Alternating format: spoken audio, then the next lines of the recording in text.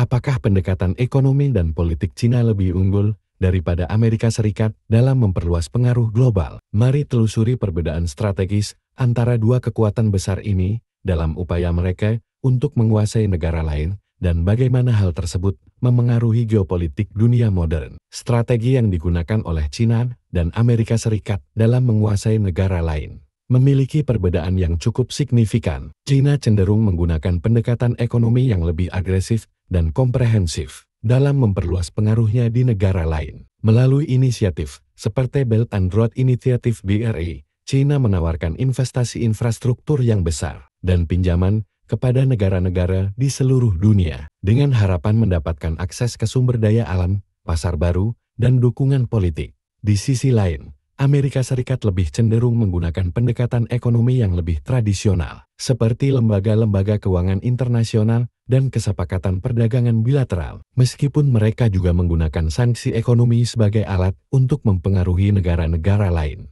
Amerika Serikat memiliki kehadiran militer yang kuat di seluruh dunia, dan sering menggunakan kekuatan militer sebagai alat untuk mencapai tujuan-tujuan politiknya, termasuk intervensi militer dan operasi pengintaian di berbagai negara. Di sisi lain, Cina cenderung lebih berhati-hati dalam penggunaan kekuatan militer, dan lebih memilih untuk membangun kehadiran militer secara bertahap di kawasan-kawasan strategis, seperti Laut Cina Selatan, melalui pembangunan pulau buatan dan instalasi militer. Amerika Serikat sering menggunakan pendekatan politik yang berbasis nilai, seperti demokrasi, hak asasi manusia, dan pemerintahan yang baik, sebagai bagian dari upaya diplomasi dan kebijakan luar negerinya. Mereka sering mendukung gerakan demokratis dan oposisi dalam negara-negara otoriter, yang kadang-kadang dianggap oleh pemerintah-pemerintah tersebut sebagai campur tangan dalam urusan dalam negeri. Di sisi lain, Cina cenderung menggunakan pendekatan politik yang lebih pragmatis dan non-intervensionis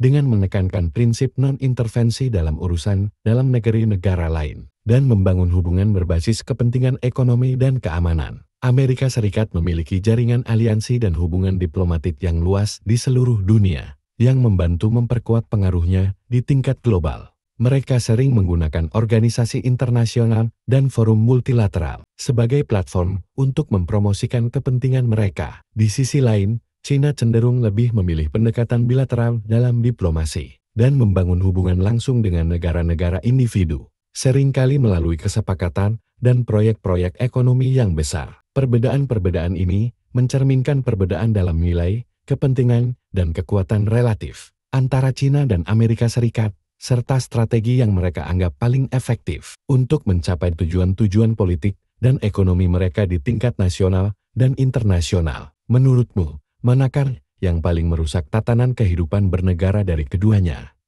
Tulis di kolom komentar.